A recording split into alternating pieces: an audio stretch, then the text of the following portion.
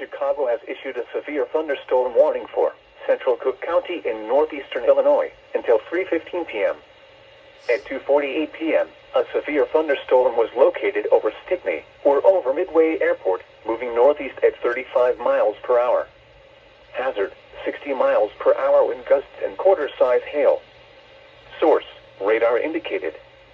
Impact, hail damage to vehicles is expected.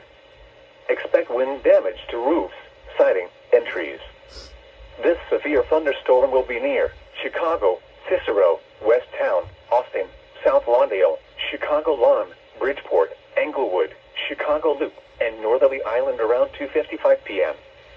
Navy Pier, near North Side, and Hyde Park around 3 p.m. Lincoln Park around 3:05 p.m.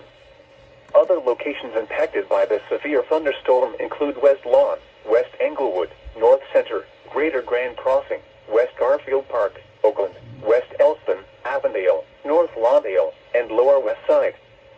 For your protection, move to an interior room on the lowest floor of a building.